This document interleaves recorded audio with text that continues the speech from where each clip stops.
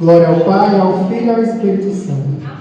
Pai, pedimos que o Santo Espírito me ilumine para que eu possa, Senhor Deus, falar diretamente, inspirado por Ti, Senhor Deus. Que a Tua palavra seja aberta e transforme nossas vidas em nome de Jesus. Amém.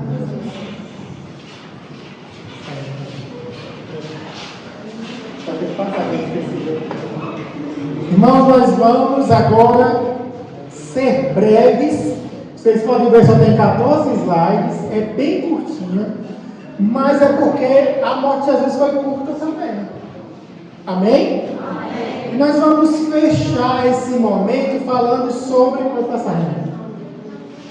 o poder da sua ressurreição. Que poder foi esse que veio para nós, que chegou até nós, que nos alcançou através da ressurreição de Jesus? O que é que significa a ressurreição de Jesus para nós hoje e para toda a humanidade em todos os tempos?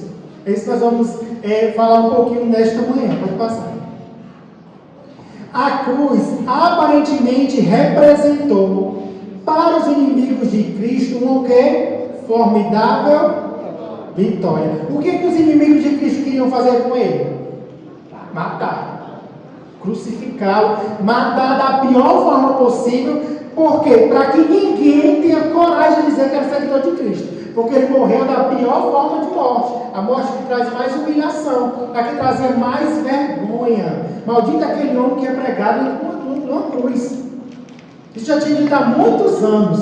Irmãos, e quando eles propuseram ser crucificados, foi para que os que eram seguidores de Cristo, olhassem para Cristo assim: eu não vou mais seguir esse homem, eu não vou mais dizer que eu sou cristão, que eu sou seguidor de Jesus, depois que ele morreu numa cruz e foi humilhado perante todo mundo, sem roupa. Então, eles planejaram a morte para não deixar nenhum seguidor depois disso, para encerrar o ministério de Cristo naquele dia. Se você tivesse corrido de outra coisa, uma doença, outra coisa, não, vamos conseguir continuar seguindo a Jesus sem vergonha. Mas as pessoas tinham vergonha de ser ligadas a quem estava sendo crucificado, pelo tipo de morte que era a cruz. Então eles fizeram um plano para deixar da pior forma possível, para não ficar resquício de ninguém. Quando alguém falasse de Jesus, não, nunca vi, não sei nem quem é, nunca segui, porque era vergonhoso ser ligado a alguém que morreu numa cruz. Então, para eles, naquele momento em que Jesus morreu, eles fizeram um carnaval. Seria esse o carnaval, a maior festa do ano. Vocês sabem o carnaval, São João, enfim. Foi a festa de outubro, como era no costume. Foi a maior festa para eles. Por quê? Porque eles conseguiram. Ou não, eles falharam? Não, eles conseguiram matar Jesus. O objetivo era esse. Fizeram tudo ilegal à noite, fizeram julgamento à noite que não podia, as coisas quase entrando no sábado, a rapidez para morrer, para não entrar no dia de sábado. Foi tudo planejado ilegalmente para matar Jesus. E eles conseguiram. E nesse momento eles estavam em festa. Imagine Satanás e seus demônios lá pulando, gritando, cuspindo, coisa. Nós conseguimos, vencemos. E por um breve momento eles venceram. Mas Satanás ele tinha certeza que Jesus ele tinha poder. E ele ficou mais. Vocês já ouviram falar que existe um guarda para ficar na porta de um sepulcro de alguém que morreu? Não vai sair para quê? Você nunca viu um vigia no cemitério? Não tem necessidade. O que é que o mortal vai fazer? Tá bom, não vai sair. Por mais eu tenho que ficar preocupado, alguém for mexendo nos pertences, mas ninguém leva nada, né? Por isso, vai, né? Mas, irmãos, a preocupação era tão grande que Satanás bolou um plano pré, no atual e um pós a morte de Jesus. Ele não se confiou em só manipular e fazer soldados chegarem e ficar lá armados, como vocês viram aqui, os soldados, forte. Os meninos aqui, ninguém passava por ele. Mas ele também colocou um exército de demônios, todos equipados, vamos dizer assim, na nossa linguagem, até o dente armado, pronto para abrir o coração assim, ó. Aquele coração que você sabe que vai enfrentar uma batalha, você fica, vai ser agora. Eles estavam todos assim, todos tensos, os demônios, prontos para impedir qualquer pessoa. Ser humano tinha condição de entrar lá? Primeiro, não tinha condição de enfrentar aqueles soldados treinados, grandes, fortes, os mais fortes que eles tinham. Depois, porque tinha uma orla de demônios, anjos caídos, loucos para não deixar ninguém entrar, e Jesus nunca mais voltar à vida. O plano deles era matar e que Jesus permanecesse morto. O plano era esse, que ele continuasse morto. Pode passar, irmão. Vamos abrir nossas Bíblias agora em Gênesis 3,15. Alguns dizem que esse versículo é o primeiro evangelho. Outro diz que é a primeira promessa, a primeira menção do Messias. Amém? Gênesis 3,15. Quer ler, Rebeca? Achou tão rápido. Amém? Amém? Senhor Deus, a tua palavra está aberta nas mãos dos teus filhos. Que o teu Santo Espírito, Senhor Deus, possa fazer com que a sua palavra transforme nossas vidas em nome de Jesus. Amém. Diz o que aí? Porém o que? Entre quem? Entre ti, entre você e a mulher. Entre a sua e o... Este lhe ferirá o quê? E você lhe ferirá? Vamos agora fazer uma perguntinha. Quem é esse você? Quem é esse ti? Para quem Jesus estava falando? Para o homem e a mulher? O que vocês acham? É literal a pergunta. A resposta também. Jesus estava naquele momento junto de quem ali? Ele estava falando com quem? Com a serpente e a Eva. E ele disse o quê? Porém o quê? Inimizade. Quer dizer que Eva estava de amizadezinha com a serpente, né? Estava de amizadezinha com a serpente. A serpente foi até conselheira, né? Estava dividindo frutinhas. Fizeram um piqueniquezinho no jardim do Éden, estavam amiguinhas. Por isso que Deus disse, olha, porém, inimizade de você, e você. Falando diretamente para as duas. Deus não estava para brincadeira. Deus tinha percebido que ali tinha uma amizade. Por quê? Quando Deus criou o homem, ele disse, criarei o homem à imagem e semelhança. Nós somos imagem e semelhança de Deus. Ou seja, Deus tem dois braços, tem cabeça, duas pernas, olhos. Mas quando o ser humano, quando Eva pecou, quando Eva escolheu ouvir a sua amiguinha serpente, e Adão também, eles começaram a parecer com a serpente. Eu nunca esqueci uma vez que a tia Cília falou, era pequena, ela disse assim, quando eu vejo duas amigas muito próximas, elas ficam muito parecidas, ou não? Duas pessoas que andam junto para todo canto, elas começam a falar do mesmo jeito, a se vestir parecido, a risada começa a ficar mais parecida com a outra, os gostos, né? Você fica muito parecido. Então, elas estavam muito parecidas. Muito, como a Neném falou, ela estava conselheira, né? A serpente era conselheira de Eva. Então, Deus dizia, eu vou pôr inimizade. Em outras palavras, eu vou acabar com essa amizade aqui que estava fazendo mal. Vai fazer mal essa amizade. E como foi que Deus disse que ia acabar a amizade? Não foi simplesmente se apaixonar. Quando estiver na praça, não é para sentar perto dela, não. Na escola, não sinto perto dela, não. Não foi isso, não. Foi guerra também, Toinha. Foi luta. Ele disse que ele ferirá a cabeça dela e ela ferirá o calcanhar.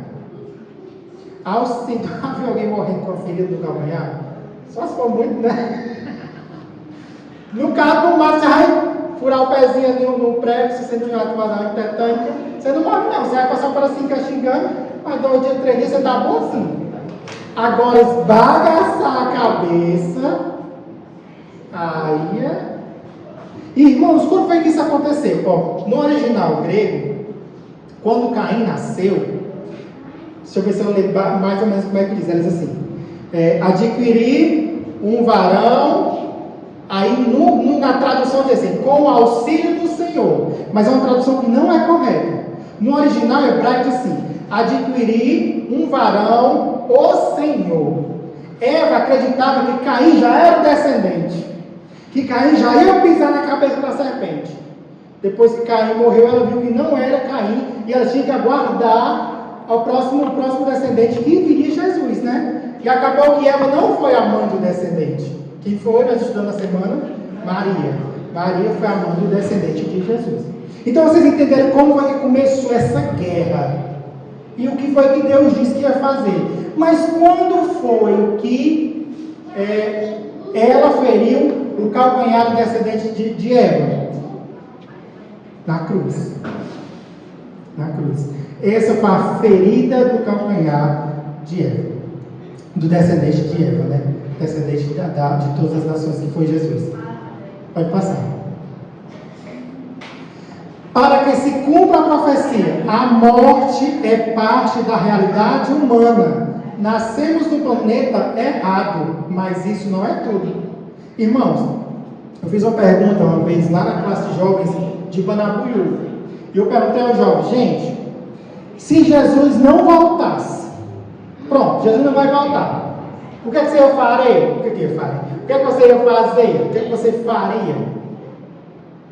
O que é que tu faria, Sandrinha? Jesus não vai voltar para a tua vida agora.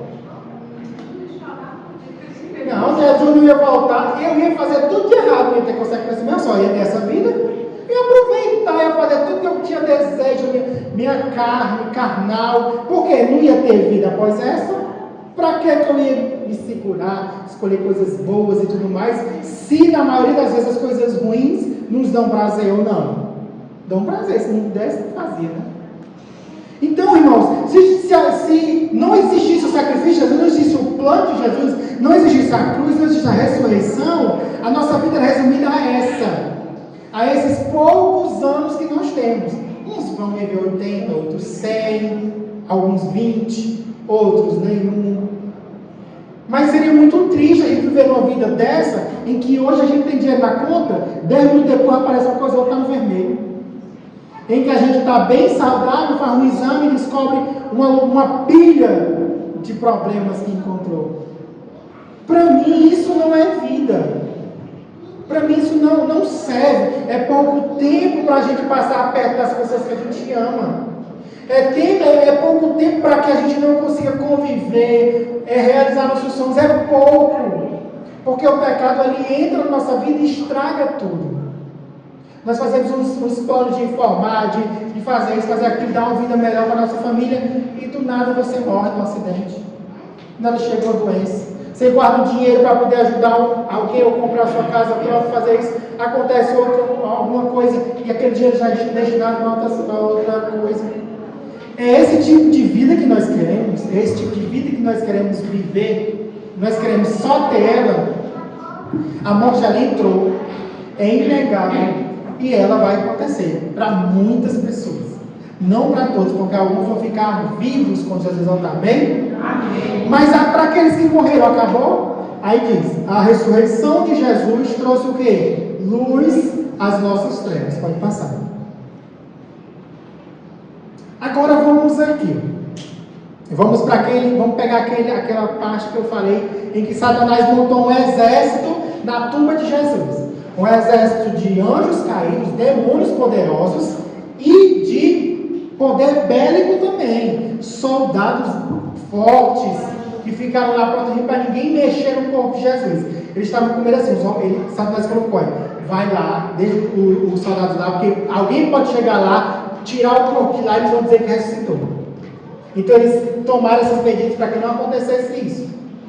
Mas o que aconteceu? Na madrugada de um domingo, houve um clarão, um tremor, um terremoto, esbagaçando tudo. Alguém desceu do céu. Mas não foi alguém comum, não. Foi ninguém mais, ninguém menos do que o substituto de Lúcifer. Quando Lúcifer foi jogado para a terra, este anjo ele substituiu Lúcifer. Vocês sabem quem é? Começa com G e termina com El. Gabriel desceu, esbagaçou tudo. Mas Gabriel ele só vem quando tem eventos muito importantes, viu? Porque ele é um arcanjo. Ele é um anjo forte, poderoso. Ele está na liderança dos outros anjos. Ele veio para ajudar Daniel a escrever o seu livro. Acredito que Daniel também se assustou. Veio para Patmos também ajudar João. Veio falar com Maria, para falar que ela ia engravidar de Jesus, que tem um filho, que esse ia ser Jesus. E mais uma vez ele veio para chamar. Então ele abriu a tumba e fez assim, ó. A pedra que estava, era uma pedra grande. Para que essas pedras grandes, se o morto estava morto? Era uma pedra grande, aí eles fez assim, ó. A pedra saiu. Fora que eles bagaçou, veio com o exército e foi briga. Se a gente pudesse ver, eu acredito que nos 1000 anos, nós vamos ver tudo isso acontecendo. Na íntegra. Nós vamos assistir a batalha mesmo. Batalha entre os anjos. E nós vamos ver os bagaçados que foi. Expulsaram os demônios. Era demônio para todo lado. Expulsaram tudo. Aí ele disse assim, ó. Vem, teu pai te chama. Gabriel não tinha poder para ressuscitar ninguém. Jesus ressuscitou com o poder que ele tinha. E há vários textos na Bíblia que falam que o Pai ressuscitou a Jesus. Jesus teve a ressurreição e a vida. E o Espírito Santo também ressuscitou Jesus. Ou seja, a Trindade estava por trás da ressurreição de Jesus. Amém? Amém. E quando Jesus ressuscitou, acabou para Satanás. Eu costumo dizer, isso é coisa da minha cabeça, que o pisar na cabeça da serpente foi 3 etapas. A primeira foi quando Jesus ressuscitou.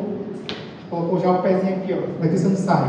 A segunda foi quando Jesus voltou e deixou Satanás preso aqui na terra, sozinho com seus demônios, para ninguém atentar durante quantos anos? 1000 anos. 1000 anos, ou como inteligente. Durante 1000 anos. E a terceira foi quando ele veio com a nova geração, assim, ó. Lançou o Satanás e os seus anjos onde? No lago de fogo. Aí ele faz assim, ó. Aí ele fez assim, ó. Esmagou a cabeça da serpente e acabou. Eu ouvi amém? Amém? Amém. Sabe o que isso é? O que isso significa pra gente? Vida. Sabe o que isso significa pra gente? Não é essa vidinha de 80, 90 anos, não. É uma vida eterna. O túmulo estava vazio. Olha o que é. Se tivesse um epífano lá na tumba de Jesus, eu acredito que estava escrito isso aqui, ó. Ele não está aqui. Ele ressuscitou. Aí Jesus disse o quê? Quem foram os primeiros missionários? Não é porque eles são fofoqueiras, não, viu? É porque elas gostam de levar a informação mais rápida. Foram as mulheres. Vão e digam para os discípulos que eu estou vivo. As mulheres correram com ela, segurando a saia e avisando porque elas estavam felizes, alegres, porque aquele que elas procuravam estavam vivos. Ressuscitou. E quando elas viram aquela cena, elas disseram o quê? Nós temos a certeza de que o Redentor ele vai voltar e tudo o que ele falou, ele vai cumprir. Porque ele venceu o maior de todos os inimigos, que é a morte. A morte foi vencida. Amém? Amém. Pode passar. Ele está vivo. Pode passar. Já falei sobre quem afastou a pedra, né? A ressurreição de Jesus foi a vindicação de tudo que ele disse e ensinou. Tudo que ele falou se cumpriu. E o que fechou, que coroou, fechou com chave de ouro, foi quando ele ressuscitou e acabou os planos de Satanás. A partir daí ele viu que não dava mais para ele. Porque ele matou e ele estava com um pouquinho de esperança de que vou deixar ele morto. Se Jesus ficar morto, eu ainda venci. Mas quando Jesus ressuscitou e venceu a morte, acabou para Satanás, acabou para o pecado, acabou para os seus demônios. Pode passar. Se Cristo não tivesse ressuscitado, nada mais faria o quê? Sentido. Não tinha mais sentido. Sentido que a gente vai, renega, luta contra nossas carnes, luta contra nossos desejos carnais, contra as nossas ambições, contra o nosso eu. Se não tiver uma vida nova, para que a gente vai se desgastar tanto? Para que a gente vai lutar tanto? Nós lutamos tanto contra o nosso eu, contra o nosso caráter, porque nós sabemos que tem uma vida eterna, uma vida em abundância, é nela que nós queremos realmente viver. É lá que nós queremos estar. É lá que nós queremos estar junto com os outros, com os nossos familiares, com os nossos queridos. Ele não está mais aqui. Ele havia voltado da morte, não mais o que? Sofrimento, sem esperanças ou derrotas insolúveis. Não existia mais isso. Ele foi vencedor. Amém? Amém. Pode passar. Nós estamos caminhando para o final. As verdades da ressurreição. A morte morreu naquela sexta-feira, quando ele pendeu a cabeça. Ele partiu os seus grilhões. Acabou. A morte não tem mais poder contra nenhum de nós. Amém? Ela pode até chegar para mim e para você, mas Jesus vem e vai ressuscitar exatamente como ele também ressuscitou. Amém? A vitória sobre a morte foi garantida quase 2000 anos atrás, no Calvário, quando o homem Deus deixou a sepultura vazia. Amém? Irmão, eu vou contar uma historinha e a gente vai encerrar. A escola adventista, é verídica essa história, tinha 40 alunos. E um desses alunos tinha síndrome de Down. Eles eram crianças, acho que tinha 10, acho que era uma turma de 10 ou era de 11 anos, acho que era 10.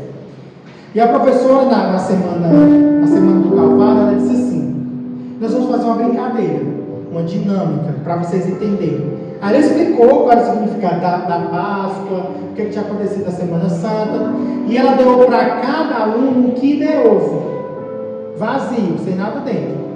E ela disse para os alunos: olha, vocês vão colocar algo que representem a ressurreição de Jesus, que é a Páscoa.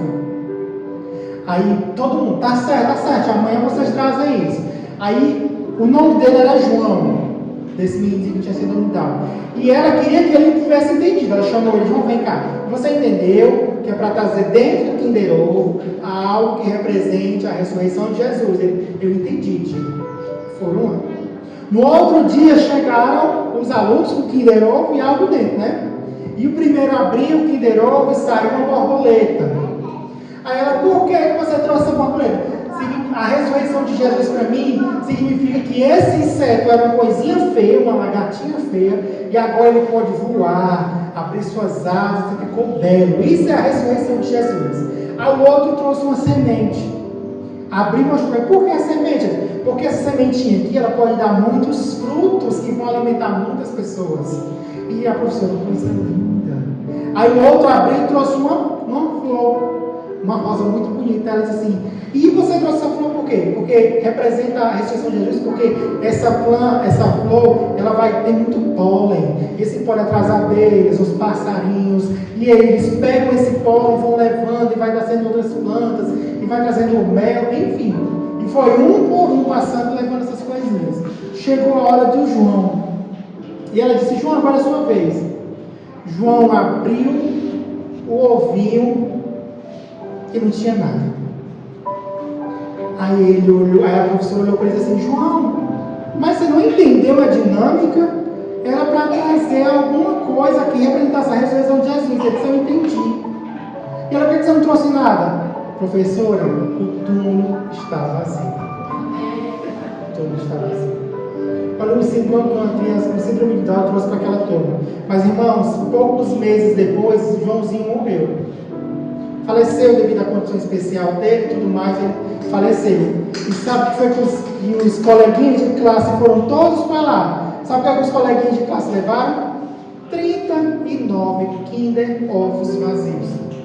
Para dizer que em breve o túmulo do João estará vazio, porque Jesus irá ressuscitar.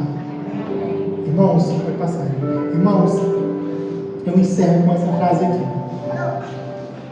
Viveremos então na terra do não mais. Não mais morte, não mais lágrimas, não mais dor, injustiça e separações. Porque a morte chegou ao fim. A morte foi vencida. Nós nunca mais precisamos nos separar das pessoas que a gente ama. Nós nunca mais precisamos ter medo de perder alguém da nossa família para o câncer, para outros tipos de doença, para o mundo das drogas, para a violência. Nós nunca mais vamos se preocupar com isso, porque nós vamos viver a terra do não mais. Nunca mais. Agora, o túmulo dos nossos queridos não está totalmente vazio. Mas quando Jesus voltar, vai soar da trombeta, Os mortos em Cristo ressuscitarão primeiro, e eles serão ressuscitados, e o túmulo deles estará vazio, porque o túmulo de Cristo hoje está vazio. Sabe, irmãos, às vezes a saudade dói, a dor aperta, as lembranças, às vezes a gente se pega pensando assim, eu vou contar isso para fulano, mas a gente lembra que fulano não está mais aqui. Lembra que a gente não está mais vendo a pessoa com a gente. Mas isso tem que ser um combustível para a gente se preparar, para que em breve a gente possa ver essas pessoas. Para que em breve a gente possa se reencontrar. Eu tenho tanta coisa para falar para tanta gente que eu acho que a eternidade vai ser pequena. Às vezes eu ficava perguntando, né? Às vezes assim, meu Deus, o que é que eu vou fazer na eternidade? Mas eu tenho tantas pessoas que eu quero encontrar na eternidade que vai ser pequena para conversar. O tanto de assunto que eu vou ter que conversar com a Celinha. Está escrito tanto de coisa que nós vamos conversar. Tanto de coisa para conversar com a Vanessa, com o pai, com tantas outras pessoas. E vocês? Não vai faltar coisas para a gente conversar com as pessoas.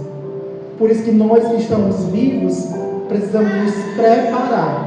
Porque senão eles que já se prepararam, eles que já estão aguardando, eles já estão seguros. Quando eles acordarem, eles não vão encontrar nem a mim nem a você. Agora imagine a decepção também. Imagine a tristeza, né? Que em pequeno momento diz assim, ó, cadê o Maílson? Cadê o João? Cadê o Alcir? Cadê a Toninha? Cadê a Cira? Cadê a Panda?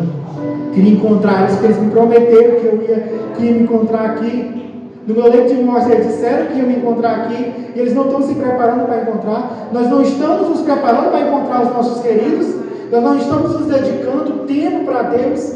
Ellen White disse, a gente leu sábado passado, que a gente podia começar a passar pelo menos no mínimo 1 hora, meditando na vida de Jesus, principalmente nos últimos dias, nos últimos momentos que Ele teve na vida. Que Deus possa nos abençoar e que a gente possa sempre ter essa certeza. Eu quero primeiro reencontrar Jesus. Aí depois eu vou querer encontrar meus amigos que eu não estou mais vendo aqui, porque eu tenho muita coisa para falar. A Pâmela vai cantar agora para encerrar. Eu gostaria que vocês meditassem na letra da música e entregassem. Essa semana nada mais é para a gente entregar nossas vidas a Jesus. A morte aqui ela é passageira. Caso ela venha, será por pouco tempo, porque o túmulo está vazio.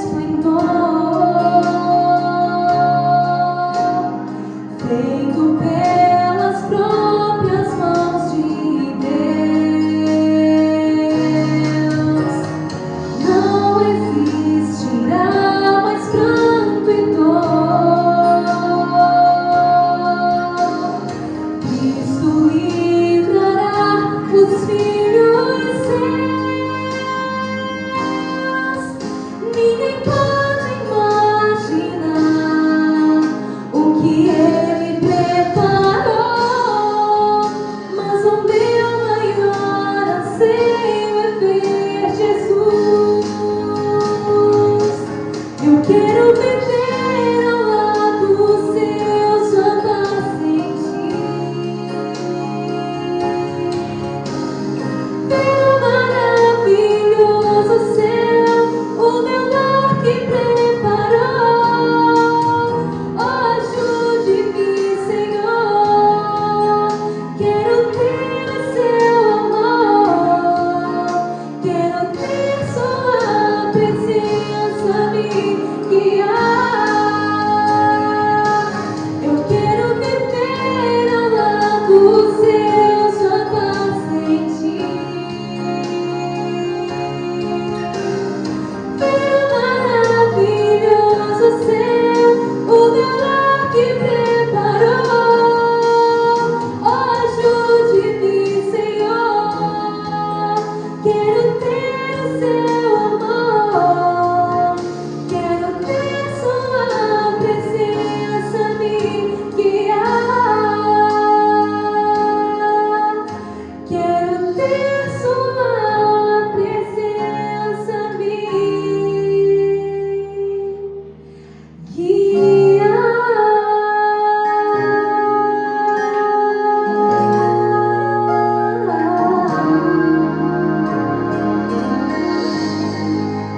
Amém. Bendito Deus, eterno Pai, toda honra, toda glória e todo louvor seja dado somente a Ti. Pedimos que Teu Santo Espírito, Senhor Deus, visite nossos corações. Que possamos, Pai, abrir a porta do nosso coração, para que o Senhor Deus possa entrar e fazer morada, fazer mudança nas nossas vidas, Senhor Deus. Nós queremos sentir essa paz, nós queremos sentir a certeza de que o Senhor Deus ressuscitou, de que o Senhor Deus voltará, de que o Senhor Deus habitará conosco durante a eternidade, Senhor Deus. A certeza da ressurreição, onde vamos encontrar os nossos queridos. Pai querido, abençoa cada um que veio nesta manhã, abençoa cada família aqui representada, Senhor Deus, que a Tua palavra consiga salvar as nossas vidas, Senhor Deus, que o Teu Santo Espírito nos alcance, em nome de Jesus nós oramos, amém. Estarei à porta para recebê-los.